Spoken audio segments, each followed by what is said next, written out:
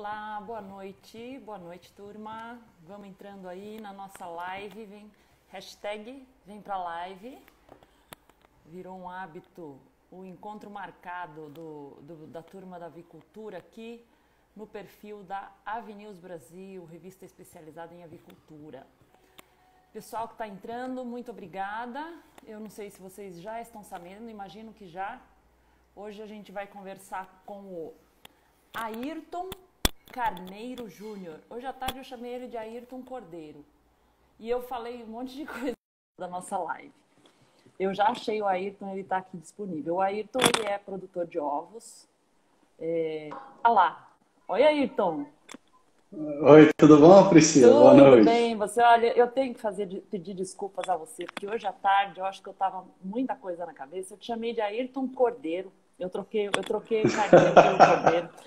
Aí eu falei que o ovo de codorna, ele é muito vendido no supermercado, é ao contrário, é no restaurante. Depois eu estava assistindo e falando assim, gente, tudo bem, que eu só estava convidando as pessoas para vir para a live, mas não precisa esculachar, né? Aí é informalidade demais, né? Mas Não, mas tranquilo, vamos conversar aí. a gente tá rindo aqui e dando risada, mas nós vamos falar de um assunto sério. Então, o Ayrton, ele é produtor de ovos, é da Avine, né, Ayrton? O nome da sua empresa Exato. fica no Ceará, né?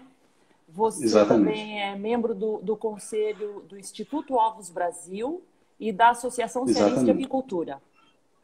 Exatamente. É Eu bastante sou coisa. representante do Ceará na Ovos Brasil, né? O conselho é composto de gente do Brasil todo, de Minas Gerais, São Paulo, Pernambuco. Eu sou do Ceará. E a gente está vivendo esse momento conturbado aí de coronavírus que está mexendo não só com a cabeça das pessoas, quer dizer, está mexendo com a cabeça das pessoas porque está mexendo com a vida inteira, em todos os sentidos, né? O risco de saúde e saúde financeira também. E chegou ao nosso conhecimento o problema que vem sendo enfrentado pelos produtores de ovos de codornas. Então, agora corrigindo a informação que eu tinha falado errada. Os ovos de codornas, eles têm muita saída através dos restaurantes e agora, como os restaurantes fechados por causa desse isolamento social, diminuiu muito a saída dos ovos de codornas, as pessoas não têm o hábito de comprar. Eu conversei com uma pessoa que fez o primeiro contato comigo, ele falou que o Brasil tem um plantel de cerca de 20 milhões de codornas e esse plantel corre o risco de ser reduzido para 5 milhões de codornas. Devido a essa Exatamente. dificuldade de busca, queria que você nos situasse aqui um pouco e hoje a gente vai abrir para perguntas, quem quiser mandar pergunta, comentário, a gente vai fazer um resgate aqui depois, tá bom? Por favor, Ayrton. Tá, joia. Sobre o consumo, né? A gente falou aí dos restaurantes, né? Eu entendo que dentro do Brasil, cada região tem sua realidade, né? Que varia um pouco. Por exemplo, quando a gente fala da região Sudeste e Sul, a gente tem um consumo muito grande em restaurantes e a gente tem uma indústria de ovos de codorna, né? Que são aqueles ovos já vendidos em conserva, descascados e tal, que trabalham uma boa parte da produção e que tem realmente o seu principal canal de venda, os restaurantes. Quando a gente vem, por exemplo, para o Nordeste, que o nosso foco de atuação é da Bahia ao Amapá, então é o Nordeste, uma parte da região Norte, a gente verifica que os hábitos de consumo já são diferentes. Por exemplo, Pernambuco, que é uma praça importante de ovos de codorna, se consome muito ovo de codorna lá num caldinho de feijão. Lá. Eles servem muito caldinho de feijão, é tipo uma entrada, né? Acompanhamento que vem com alguns aperitivos e tal. E esse caldinho de feijão sempre tem dois ovos de codorna dentro, né? Já no Ceará, por exemplo, a gente tem um consumo muito representativo nas praias, né? A gente tem um litoral extenso e bem movimentado, e é muito comum você estar lá na praia, na barraca de praia, e passa um rapaz vendendo os ovos de codorna já cozidos, né? Ainda não descascados, cada um vai descascar quando comprar, mas ele já vem cozido ali, vendido em porções, e aí funciona também como um tira-gosto, né? Eu vejo que, se por um lado é como o mercado funciona hoje, essa questão do tira-gosto em algumas praças, né? E do restaurante ali na Salada, né?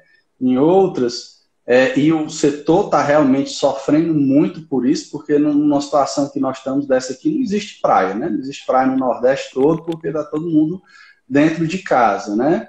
Da mesma forma, os restaurantes fechados. Da mesma forma, Pernambuco e a região ali onde tem esse consumo no Cabi também não tem caldinho de restaurante, porque o bar, o restaurante, está tudo fechado. Então, a situação é realmente bem complicada, né? O que eu vislumbro, né, como um futuro, e que se ele fosse realidade agora, o setor poderia estar numa situação melhor, é porque eu vejo que o consumo do ovo de codorna ele tem muito potencial ainda, né? A gente vê, por exemplo, criança, via de regra, gosta muito de ovo de codorna, mas muita criança acho que nunca nem experimentou na vida. E às vezes os pais estão se perguntando qual é o lanche saudável, o menino comer um biscoito, um negócio industrializado, um salgadinho gorduroso, né? A criança podia estar comendo ovo de codorna, ela pega com a mão, ela não tem que cortar com garfo, é simples, né? É simpático para as crianças. Então, eu vejo que existe, por exemplo, um potencial muito grande para o ovo de codorna no consumo infantil, mas não dá para dizer que isso é uma realidade agora, isso não vai nos tirar da crise, né? E também eu vejo uma possibilidade muito grande, aí acho que isso sim, em menor escala, mas poderia ser trabalhado nesse momento de pandemia, é o ovo de codorna também como um substituto do ovo de galinha, né? Porque diversas aplicações que se tem para ovo de codorna, numa salada, como ovo cozido, às vezes numa macarronada, que você coloca o ovo lá, como ovo cozido, como fonte de proteína para quem malha, ou para quem se exercita, para quem come ovo cozido mesmo como parte da nutrição diária, entre 4 e 5 ovos de codorna, você vai ter os mesmos nutrientes do ovo de galinha, né? Ele tem muita proteína, ele tem vitamina E, A, D, E, K, né? Ele tem zinco, tem ferro, tem manganês, tem selênio, né?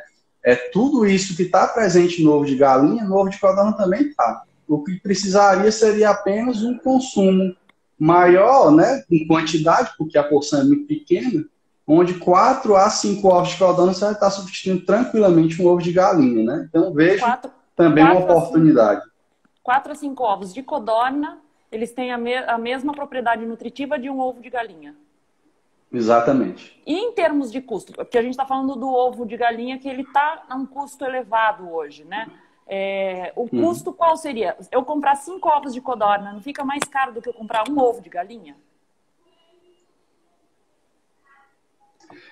Numa situação normal, Priscila, até seria, por conta de que o ovo de codorna, como ele é trabalhado nessa questão de aperitivo, ele é um item produzido em menor escala, né? Ele tem um custo, vamos dizer assim, por grama, que ele acaba sendo maior do que o ovo de galinha. Uma situação normal seria.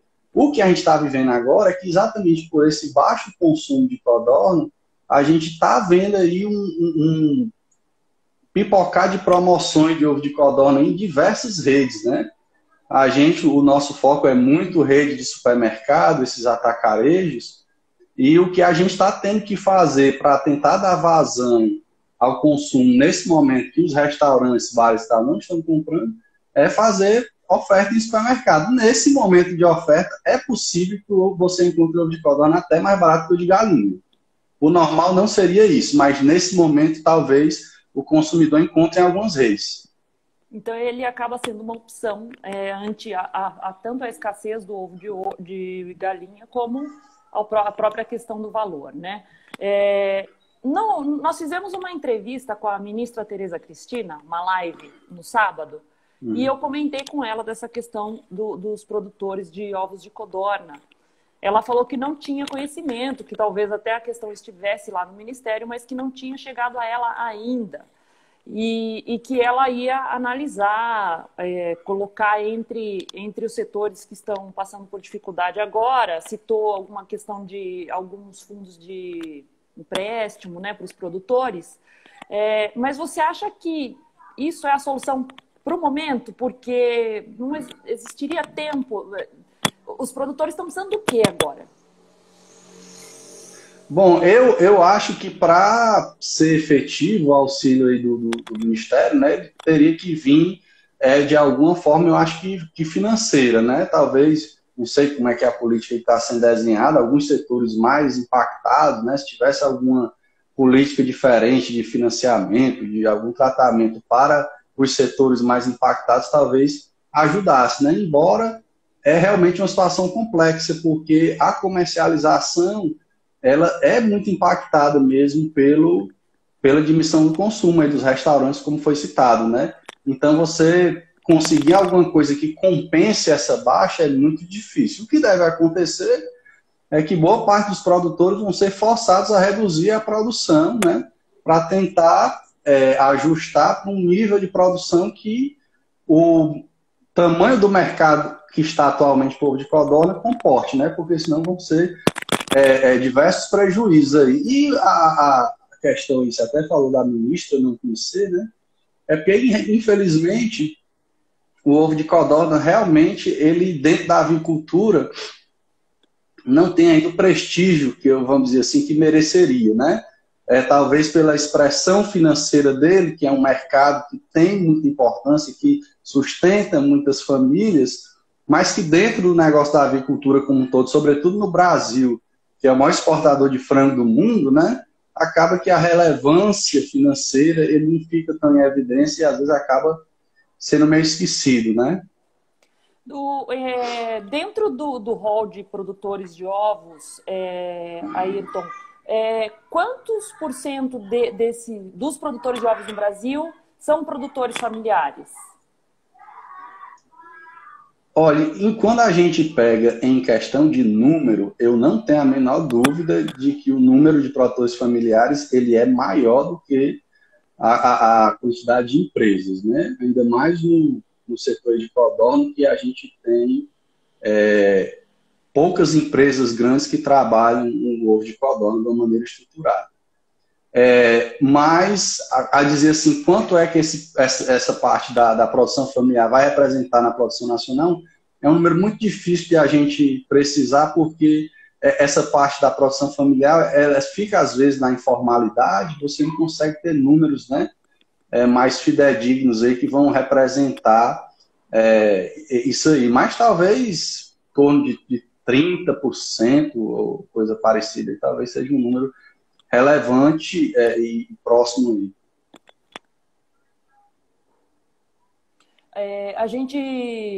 Eu já acompanhei algumas vezes, em alguns municípios trabalham com compras da agricultura familiar para merenda escolar. Aí eu não sei se entra a proteína animal, que geralmente é uma produção de vegetais, né? Frutas.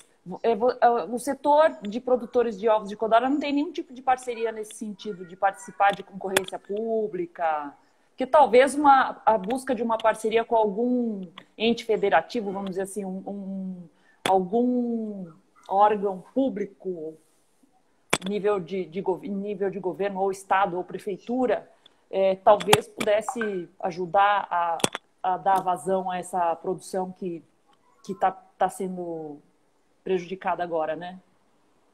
Eu até acho uma ideia muito interessante, né, Priscila? O detalhe é porque nesse momento que as escolas também estão fechadas, né, até aí é difícil de dar vazão. A Ovos Brasil busca fazer um trabalho mais focado na parte dos ovos de galinha, dessa coisa da inclusão do ovo na merenda escolar, né?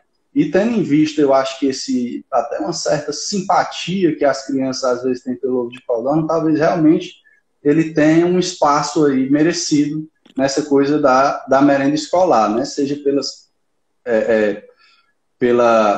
propriedades nutricionais, né? Que seria ótimo para a nutrição da criança, como esse aspecto de ser pequenininho, pega com a mão e tal, mas ainda não se tem um trabalho, até onde eu sei, não conheço assim, uma escola, uma prefeitura que já use ovo de codorna na merenda, mas sem dúvida que é uma oportunidade grande. O pessoal da Associação de Avicultura Baiana, da ABA, eles estão falando aqui, Priscila, no Rio Grande do Sul foi feito esse projeto de lei, um projeto de lei na Assembleia Legislativa, e hoje o ovo compõe a merenda escolar. Exato. Será que o ovo de codorna está incluído? Eu acho que é a Patrícia lá da Bahia. Eu imagino que não. Eu sei desse trabalho lá do Rio Grande do Sul, né? O Eduardo lá, que é o presidente lá da Asgar, faz um trabalho muito bacana lá de consumo de ovo e tal. E eu sei que ele fez esse trabalho aí da merenda escolar mais pro ovo de galinha. Eu acredito que ainda não é o de codorna. Acho que merece um espaço, mas acho que ainda não é. Talvez seja. Eu sei que eu conversei com o Ricardo Santin, que também ele é representante do Instituto Ovos Brasil. É o presidente.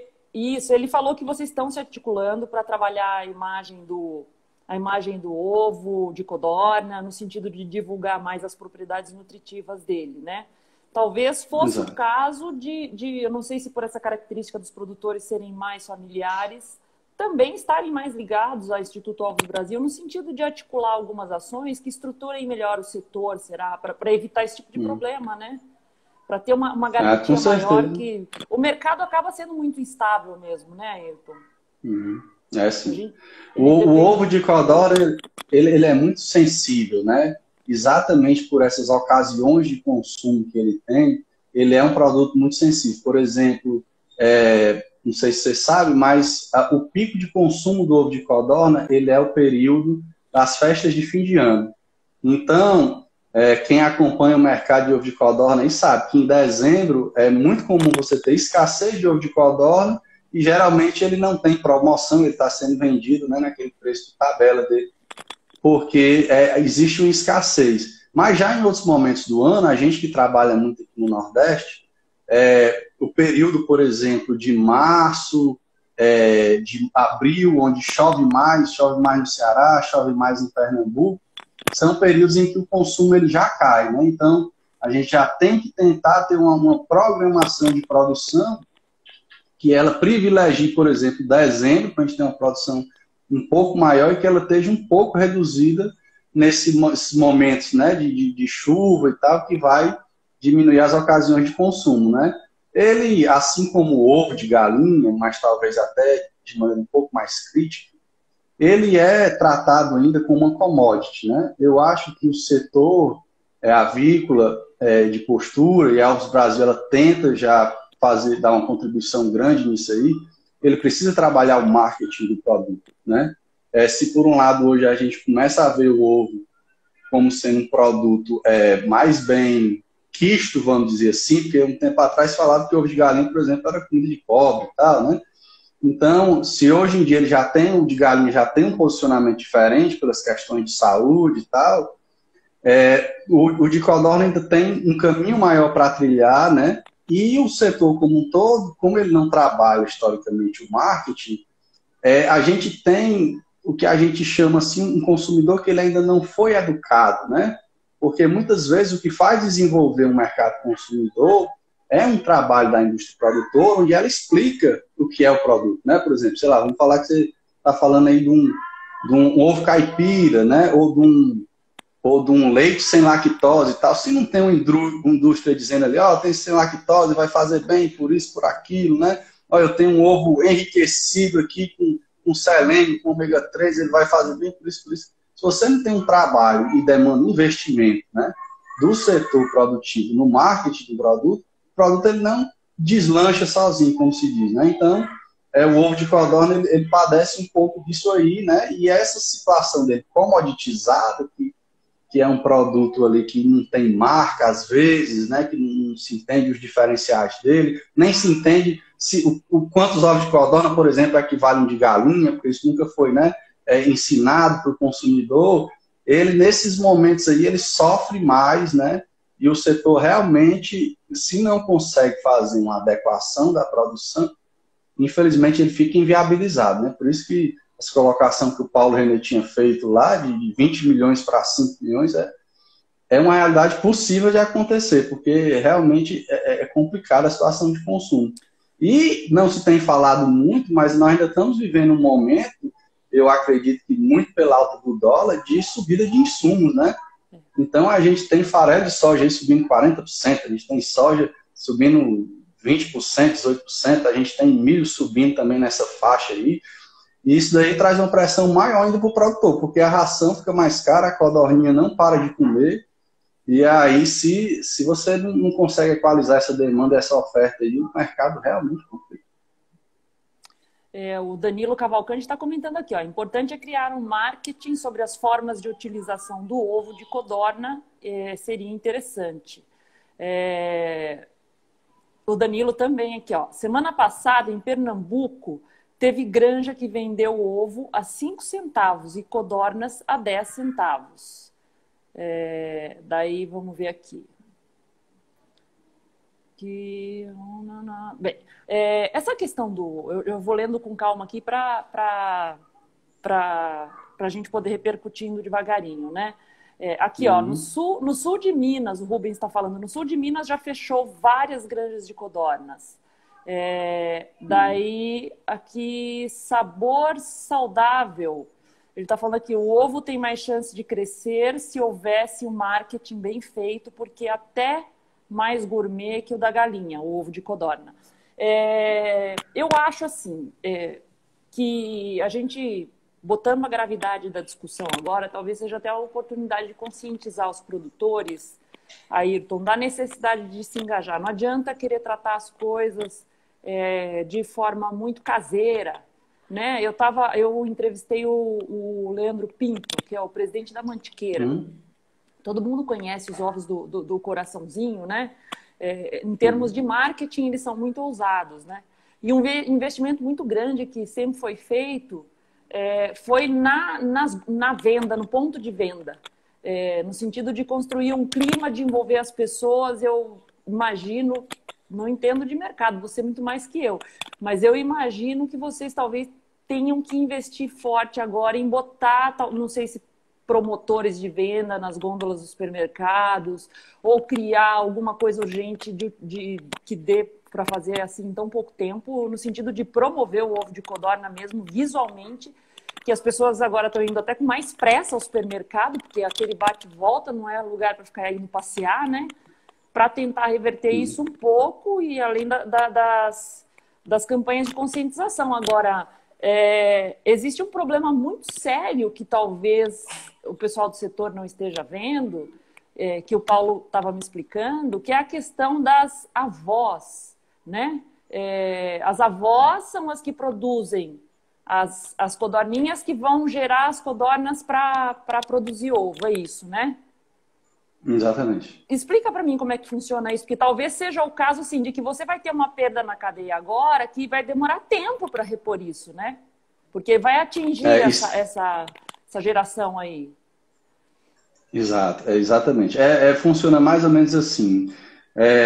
Quem produz o ovo de codorna para comercializar, né, como nós, por exemplo, a gente compra a ave, a codorna coedeira, de uma granja que tem o que a gente chama de matriz, né?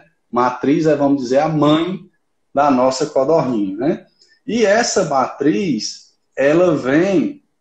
E aí, quando você tem a matriz, você tem o macho e a fêmea, né? Porque o ovo precisa ser fertilizado do ovo que o consumidor compra no supermercado, onde nas granjas só tem fêmea, né? Nessa parte da matriz, você precisa ter macho e fêmea. E para que se tenha uma boa produtividade, esse matriz macho e fêmea, ele precisa ter passado por uma seleção genética que vem do que se chama de avó, que é o pai da matriz, né? O pai e a mãe da matriz, vamos dizer assim. Então, é um setor que no Brasil ele vinha, né, num certo ritmo de crescimento, mas que ele ainda não estava, vamos dizer assim, estruturado o suficiente. Eu não sei se por conta, né, desse mercado ainda crescente e que ele sofre em momentos de vai e volta, né?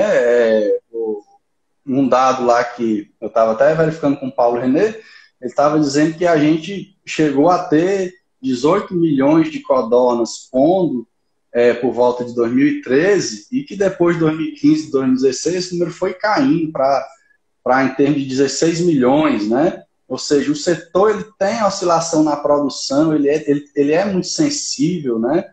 As oscilações de consumo versus oferta, e o pessoal que fornece, que tem a matriz e que tem a avó, que fornece essas aves para os granjeiros produtores, eles são impactados também com esse fluxo do setor, né? Então, eu tenho lá, de repente, toda uma programação de alojamento lá das codorninhas na minha granja. Aí vem uma crise dessa, né? De rapaz, eu vou suspender o alojamento aqui, porque não vai ter mercado, eu não vou ter onde botar essa codorna, né? Porque depois que a codorna começar a pôr, ela tá comendo e tá pondo ovo. Então você não pode descartar rapidamente, porque tem muito dinheiro investido ali.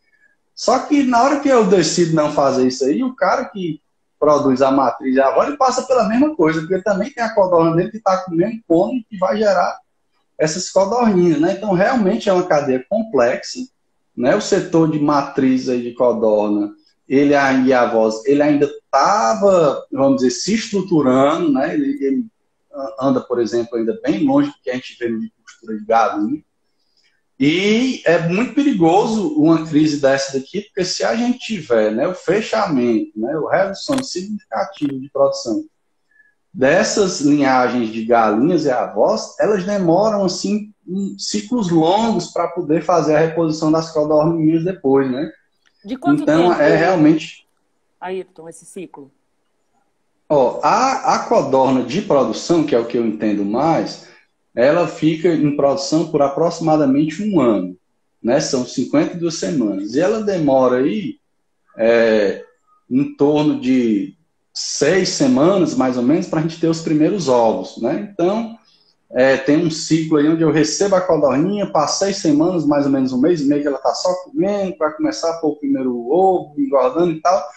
E a gente vai ter um ciclo parecido, só que talvez ainda mais restrito quando a gente vai para a matriz. Porque quando a gente pega o ovo de consumo e fala dessas 52 semanas, a gente está falando que o ovo para consumir, até um ano mais ou menos, ele vai estar com as propriedades boas, né? O ovo vai estar consistente, vai estar com as características de qualidade dele num bom nível. Quando a gente pega a perspectiva da matriz ou da avó, que a finalidade não é só o consumo do ovo, que ali vai gerar um pintinho, né, uma codorninha que vai pôr, o ciclo com certeza não é um ano, ele é um ciclo já mais curto. Né? Então eu vou ter que ter uma avó colocando o ovo num ciclo mais curto para gerar as matrizes, para depois, quando eu tiver recriado, né, reposto a população de matrizes, aí as matrizes vão começar a pôr para repor a população de codorna, né? Eu vejo, eu não entendo, né, muito dessa parte de matriz avó, não sou especialista, mas eu acho que passa de um ano, não sei se de 2, tranquilo. Tem Carlúcio Cardoso, ele está falando aqui, ó, fiz uma viagem onde vi uma Sprinter transformada em um food truck de ovos. Acho que seria uma excelente ideia para massificar o ovo de codorna sem atravessador. A Ju está falando aqui, eu não sei se é o Ju ou a Ju, desculpa. Infelizmente, o ovo de codorna é considerado produto supérfluo no mercado brasileiro. E o Danilo Cavalcante, mas ele tem bastante ideia para trocar aqui, ó. Tenho realizado pesquisa com shelf life de ovo de codorna, comparando aos de galinha. O de codorna tem se apresentado com tempo maior e melhor qualidade. Isso é mais um ponto positivo para a divulgação. Eu acho que você devia chamar o Danilo, vocês deviam montar um projeto aí, ó, o setor. Como vai ficar o excedente depois da Semana Santa? Vai voltar o preço de antes? Essa pergunta... Aí acho que já estão falando de ovo de galinha, né? É do ovo de galinha? Acho que né? Semana Santa deve ser. Ah, então tá, é verdade, né? Semana Santa você não come. Eu acho que é uma questão de ter consciência de que você ficar sujeito só às questões do mercado é muito arriscado mesmo, né? Ainda mais se você tem uma produção que é aquele... o pessoal fala, tira da mão para pôr na boca, né? Uma coisa desse tipo assim que fala, né? É muito complicado, teria que se estruturar mais, trabalhar mais o ponto de venda mesmo, né? Isso aí é fundamental. E se unir, né? Se organizar, talvez os pequenos produtores em cooperativas e se unir aos grandes, porque acho que o setor forte acaba beneficiando todo mundo, né? O pessoal já falou aqui de ovo mexido, de codorna, ideia não falta, né? Eu acho que realmente o que precisa... E também, assim, não é só criar uma campanha de marketing, o setor tem que estar organizado, né? Não é só você fazer um filme bonito, um vídeo bonito, se ele não chegar nas pessoas como ele tem que chegar, né? Aí eu falo como profissional de comunicação. É um engajamento todo que tem que ser trabalhado lá no ponto de venda, na casa da pessoa quando ela está assistindo a televisão, no celular dela quando ela está lá na selfiezinha, nas redes sociais. É tudo para construir um ambiente para que as pessoas se habituem a isso, né? E numa época como essa, em que você tem ainda esse diferencial de preço, vai ter que ser correr mesmo para evitar que o prejuízo seja menor, né? Porque é uma época difícil. Esse ano é muito difícil, né? Eu acredito muito no trabalho no ponto de venda, né? E isso daí é uma coisa que o setor de agricultura como um todo, ele tem um débito nisso daí, né? Tem um trabalho que não foi feito, seja para codorna mais ainda, mas também para galinha, né? Na nossa realidade, a gente está, por exemplo, a gente já tem, como nosso foco é supermercado, a gente já tem promotor em todas as redes, né? Que faz lá reposição. A gente mandou fazer exatamente cartazes, onde a gente fala dessa coisa, né? Ó, 4 ovos de codorna equivalem um de galinha e tal, colocando cartaz, colocando o promotor lá para impulsionar, né? Mas é um trabalho que leva tempo, né? E uma coisa que é importante para o setor como um todo, além do setor pensar com mais carinho essa coisa da comunicação, do trabalho do PDV, o nosso setor como um todo, seja de galinha, seja de codorna, ele carece muito ainda de planejamento, sabe? Infelizmente, a gente vê muito a realidade onde uma determinada granja tem um resultado positivo em um ano, automaticamente no ano seguinte está sendo ampliada a produção, né? Aí você chega para perguntar para o cara, rapaz, e você está pensando em vender aonde? Você, não sei não, mas a gente ganhou dinheiro ano passado, vamos aumentar, que vamos ganhar mais dinheiro. E aí, isso daí gera muitas vezes uma sobreoferta e um produto comoditizado, como a gente falou, ele é muito mais sensível a essa questão da sobreoferta, né? E aí o produtor mesmo, ele às vezes coloca uma armadilha para ele, né? Então, ao mesmo tempo que a gente fala assim, ó, é difícil a gente ficar ao sabor do mercado, né? Bom, se o mercado ele tem tanta oscilação e ele impacta tanto, né? A gente tem que buscar ter uma responsabilidade muito grande, tentar fazer um planejamento na hora que a gente está falando de aumentar, para ter certeza que aquilo que a gente vai aumentar a produção vai ser absorvido bem, né? Porque se eu aumento a produção, mas eu tenho uma parte lá da produção que eu só consigo vender se eu queimar o preço lá embaixo, né? Isso às vezes gera um efeito negativo em todo o setor e cadeia produtiva, né? Que às vezes realmente machuca muito o setor e para ele se recuperar às vezes demora, né?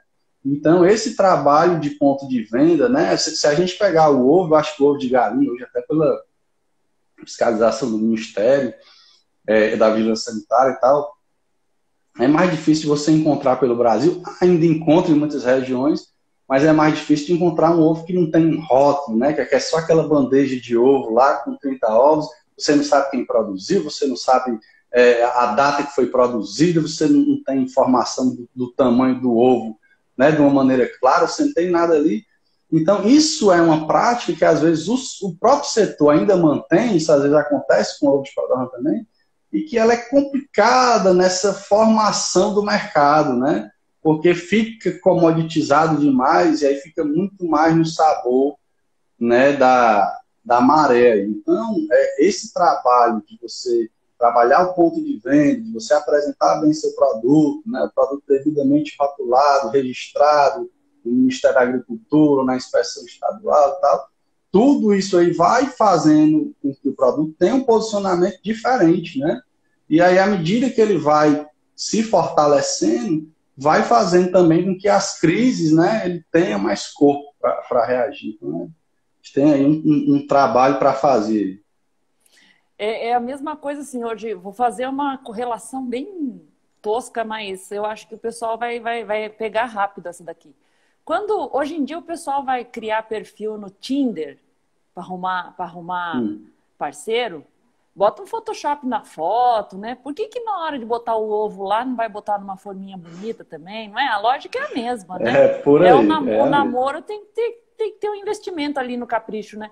O Roberto já perguntou, acho que foi ele que perguntou 2 vezes, eu vou botar a pergunta dele para você aqui. O que vocês têm feito, Ayrton, para enfrentar esse problema do alto valor dos insumos? O que você tem feito? Qual é o truque para tentar reduzir o custo de produção? Rapaz, truque não tem, não. Não tem mágica nessa história aí, não, né?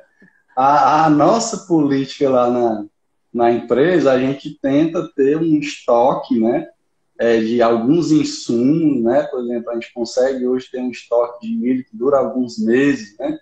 Isso faz com que a gente conseguiu comprar lá no momento de baixa, chega no momento de alta, a gente está ali mais amortecido, né, na questão. Mas já, por exemplo, se a gente for falar de soja, nós não conseguimos fazer isso para a soja, né? Estamos sofrendo com a soja, que foi quem subiu mais, né? O que eu acho que cada um tem que fazer nessa hora aí é olhar bem para as suas formulações, né? Ver se tem alguma coisa lá que você pode enxugar sem que você prejudique muita qualidade, né?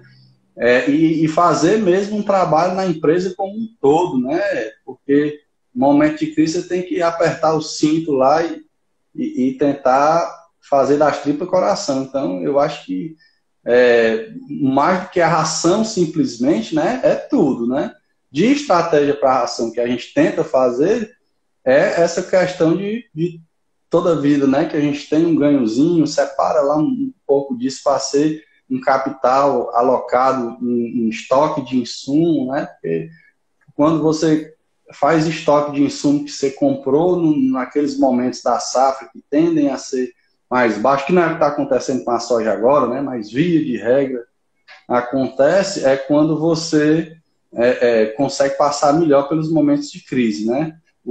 Para quem é produtor avícola, estoque de insumo é uma coisa chave, né? É muito importante cada empresa buscar trabalhar esse nível de estoque, essa compra no momento certo. Toda vida que tiver um ano que teve um ganhozinho, separa ali um pedaço para investir em estoque, porque isso aí faz um colchão para momentos de crise. O Eduardo Valença, ele é lá de São Bento do Una. Eles têm uma experiência muito interessante lá, né, de organização. Ele está dando uma dica aqui que é importante, ó. O setor de coturnicultura tem que fazer um trabalho inicial de união entre os produtores e depois iniciar um trabalho de comunicação, divulgando suas propriedades, etc, etc.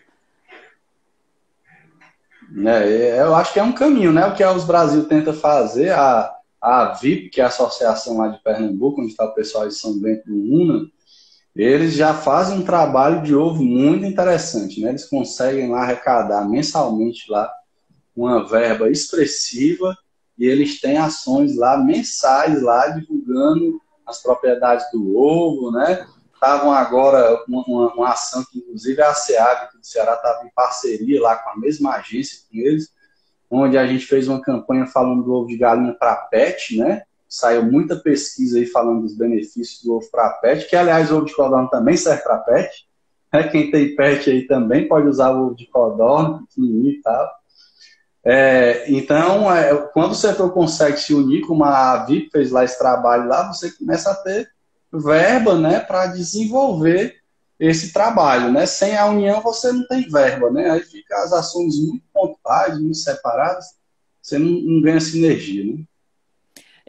Foi feito algum tipo de conversa? Porque eu imagino, né, que se você processar esse ovo de codorna, ele tem um tempo de duração maior, né?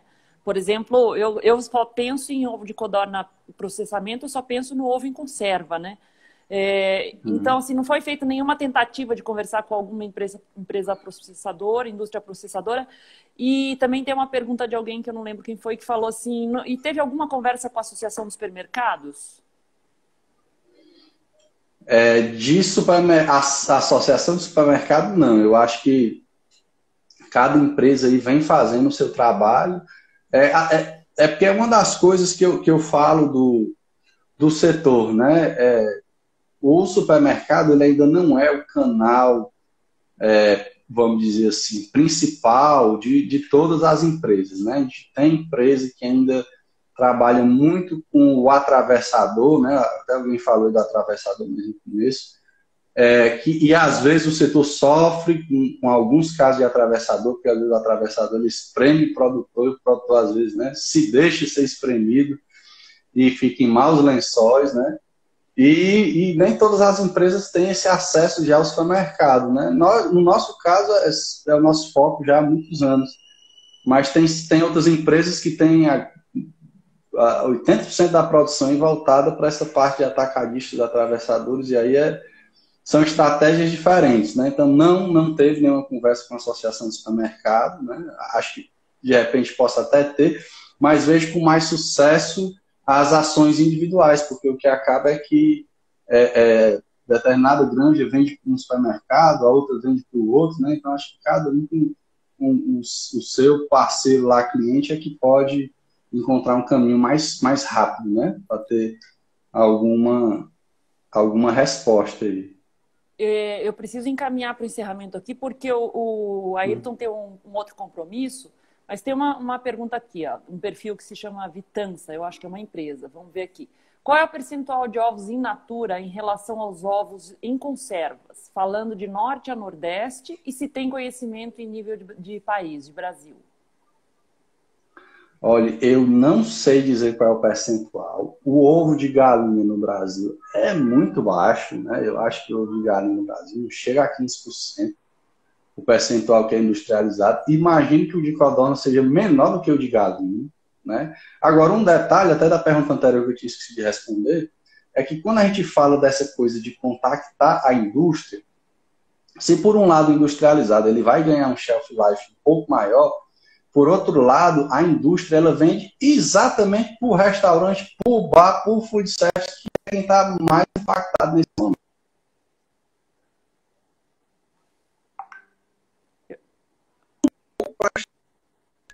Não consegue pegar e fazer estoque de 2, 3 meses, ter capacidade de armazenagem ociosa para armazenar vários meses de ovos, né? Então, não vejo isso muito como uma saída no momento atual, não, porque acho que a indústria está mais impactada até do que quem trabalha vendendo in natura. E eu acho que, para a gente encerrar aqui, nós estamos com a presença do Nélio Randi acompanhando a nossa live aqui. Gente boa, um abraço aí pro Nélio. Está crescendo aqui o número de pessoas acompanhando, a nossa live está boa. Tem pessoas aqui que estão preocupadas com as medidas de proteção dos trabalhadores que trabalham nas granjas de codornas. O que está sendo feito? A relação do transporte deles até o trabalho, equipamentos de segurança, em relação a tudo que está sendo feito na indústria avícola, em relação aos produtores de ovos de codorna, é feito esse trabalho também, Ayrton? Olha, aí eu entendo que vai variar muito de empresa para empresa, né, da estrutura que cada empresa tem, né, de como cada empresa trabalha e da realidade, seja da distância, né, seja de como é que está essa localização da granja para o colaborador. Na nossa empresa, desde o começo, né, continua sendo a nossa maior preocupação são as pessoas, né, porque a gente é um setor que, ligado a alimentos, não pode parar, né? Nem pode parar porque fornece alimentos, né? A gente tem ovo de galinha, tem ovo de codorna, né? Porque fornece alimentos, e nem pode parar porque as aves não param, né? As aves não sabem que está tendo uma pandemia aí, estão comendo e pondo lá normalmente. Então, desde o começo a gente teve uma preocupação muito grande com as pessoas, de como é que a gente vai fazer pessoas que vão ter uma certa proximidade pelo modelo da operação, principalmente nas áreas de classificação, né, no CPO, no centro, onde se processa ali os ovos ali. Na nossa empresa, né, a gente teve um cuidado onde todo mundo está usando máscara desde o início da pandemia, né, de uma semana para cá começou a se falar muito em máscara, mas a gente entendeu lá desde o começo que isso aqui, excesso de cuidado nesse momento não vai ser problema, o problema é faltar. Então, desde o começo a gente adotou máscara, né, álcool em gel, né, algumas funções que eram mais administrativas, que tinham como uma pessoa estar fazendo um home office, alguma coisa, a gente já foi tirando algumas pessoas ali para ter menos gente lá na produção, separando, por exemplo, o horário de almoço, né, para um estar no refeitório num horário, o outro estar no outro, e como tentando fazer um conjunto enorme de adequações para ver se a gente consegue manter essas pessoas saudáveis, né? E as famílias delas saudáveis, já que elas vão ter que estar indo voltando para o trabalho. Se ela não estiver saudável no trabalho, a família dela também pode ser impactada, né? Então, essa é a nossa grande preocupação, né? A gente tem na nossa empresa, por exemplo, um comitê de crise lá, onde todo dia a gente faz uma conferência e discute lá como é que tá, tem gente ficando doente, o que é que a gente pode fazer mais e tal. E estamos o tempo todo nesse movimento aí. É a grande preocupação, né? O que mais tira o sono da gente desse momento é como é que a gente vai cuidar para as pessoas ficarem bem, né? Sabendo que elas vão ter que estar indo todo dia lá para o trabalho. É uma expectativa diária, né, Ayrton? Eu Né? acho que Todo o dia. recado principal que eu estou indo para o encerramento, que eu estou preocupada com o teu compromisso. Eu É, acho que o recado principal, pessoal, aqui é uma coisa que é geral da nossa sociedade hoje em dia. A gente espera muito que os outros façam por nós. Assim, eu espero que alguém da prefeitura resolva o problema da minha rua. Eu espero que alguém faça alguma coisa. E a gente tem que ter noção que nós temos poder de fazer as coisas, de transformar. Se você faz uma coisa direitinho, você tem o poder de transformar. Se várias pessoas fazem aquilo bem, você muda o ambiente que está ao seu redor. Então, o pessoal tem que se juntar. certeza. O pessoal do Ceará procura a SEAV, se organiza, tem a experiência lá de São Bento do Una, da cooperativa, se junta, todo mundo fala que o Mandurinha só não faz verão. Então, o negócio é se Exatamente. juntar, se organizar, se preparar, planejar, encarar isso. Se a gente está tirando o sustento disso, tem que tratar como uma empresa séria, né? Um setor sério. Não adianta Com ficar nessa certeza. informalidade, nessa coisa mal feita, né? Então, é se organizar, correr Exatamente. atrás e trabalhar como um polvo. É um polvo com vários tentáculos, né? Ayrton, muito obrigada pela sua contribuição aqui para esse debate, que é muito importante. Acho que são setores da economia que vão se fortalecer, vão crescer. Cresce na dor, né? Né? Aprende com Te os aprende muito desafios. na crise. Exatamente. Pessoal, peço que vocês nos sigam, Avinews Brasil. Nós somos uma revista especializada em avicultura, com artigos técnicos, debatendo os assuntos de interesse do setor aqui no Instagram, no LinkedIn, no Facebook, no Twitter e o nosso site avicultura.info. Estamos à disposição para sermos porta-voz do setor de pesquisa, com o empresariado, com os produtores, o público, as associações. A gente quer poder fazer o papel de veículo de comunicação. Vamos levar a informação, fazer o meio de campo e fazer essas coisas se tornarem cada vez melhores e mais fortes. Joia. Obrigado aí pelo espaço, viu, Priscila? Agradecer aí, mandar um abraço para todo mundo da Alves Brasil, que estou participando aqui por intermédio deles. Agradecer o espaço, a gente precisa mesmo de espaço para estar falando aí das necessidades, das dificuldades do setor. Agradeço aí todo mundo que assistiu, um forte abraço, boa noite. Muito obrigada, bom trabalho, que eu acho que você continua trabalhando hoje, né? Com certeza. Pessoal, obrigada pela audiência de vocês, pela participação. Vamos descansar um pouquinho que tem mais pela frente. Eu vou descansar, o Ayrton não. Eu não. Tchau, pessoal, boa Tá, noite, já, viu? obrigado, boa noite. Já dizia o Luiz Gonzaga, eu quero ovo de codorna para comer. Só faz bem. Tchau, obrigada, boa noite, gente. Tchau, também.